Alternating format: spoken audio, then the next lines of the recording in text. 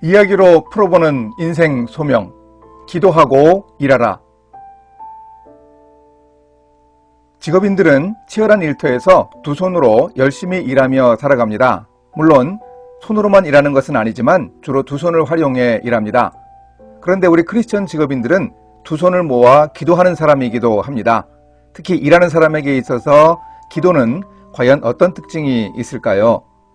3, 4세기경에 이집트의 사막에서 수도 생활을 한 사막 교부들 중 원로 수도사인 아빠 루키오스에게 기도하는 자들이라고 불리는 수도사들이 찾아왔습니다.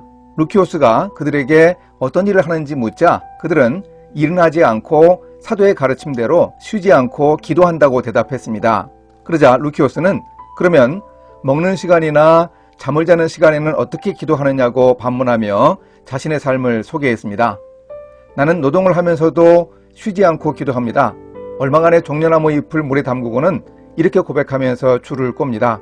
하나님, 주님의 한결같은 사랑으로 내게 자비를 베풀어 주십시오. 주님의 크신 긍휼을 베푸시어 내 반역죄를 없애 주십시오. 아빠 루키오스는 수도사들에게 이건 기도가 아닌지 묻자 그들은 기도가 틀림없다고 대답했습니다. 루키오스는 자신이 일을 통해 받은 동전 16개 중 2개를 문 앞에 두면 그것을 가져간 사람들이 자신이 먹을 때와 잘 때에 기도하여 쉬지 말고 기도하라는 말씀을 이룬다고 말했습니다. 이렇게 초기 수도사들에게 있어서도 기도와 일은 떨어져 있는 것이 아니라 하나였습니다. 주후 530년경 이탈리아의 몬테카시노에 수도원을 세운 베네딕토스도 기도와 일에 대한 모범을 보여줍니다. 베네딕토 규칙서의 내용은 베네딕토 수도회의 모토가 된 기도하고 일하라로 요약할 수 있습니다. 베네딕토 수도회 수도사들은 노동으로 공동체를 꾸려가고 기도로 하나님과 만났습니다.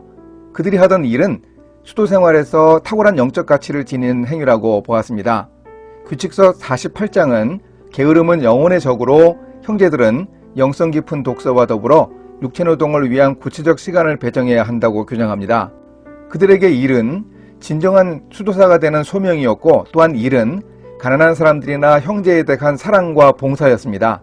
아울러 수도사는 노동을 통해 하나님께 영광을 돌렸습니다.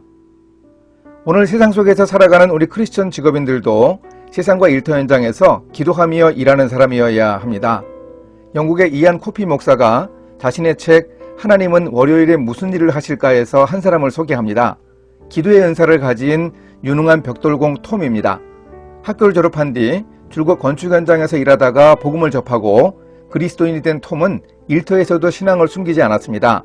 잠비아 단기 선교팀에 합류해서 자신의 건축 기술을 살려 학교를 짓는 일을 도왔습니다.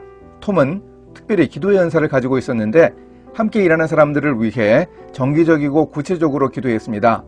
물론 상대방에게 굳이 알릴 필요가 없다고 믿기에 톰의 일터 동료들은 잘 모르고 있지만 톰은 일터와 동료를 위해 기도하는 것이 자신의 사명이라고 생각했습니다.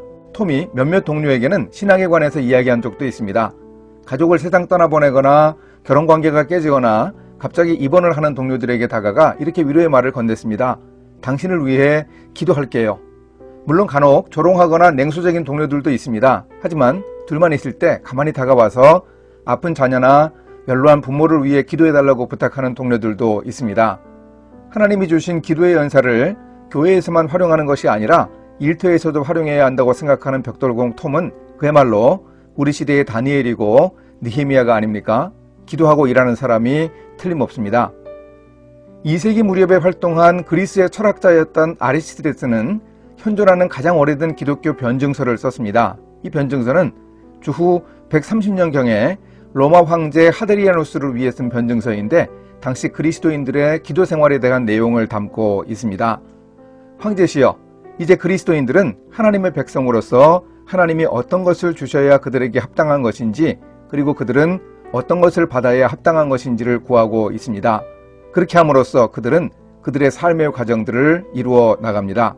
그리고 그들은 자신들에 대한 하나님의 선하심을 인정하기 때문에 보십시오. 그들로 인해 세상에 아름다움이 흘러넘치고 있습니다. 2세기에 박해받던 우리 신앙 선배들은 기도하면서 세상을 아름답게 변화시키는 사람들이었습니다. 어디선가 기도와 일에 대한 이런 멋진 문장을 봤습니다. 누가 한 말인지 끝내 확인하지 못했지만 기도와 일의 관계에 대해 잘 표현해주는 문장입니다.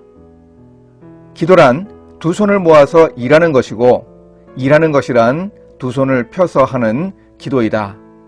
우리 그리스도인에게 있어서는 기도가 일이고 일이 곧 기도입니다. 우리는 일하면서 기도해야 하고 기도하면서 일해야 합니다.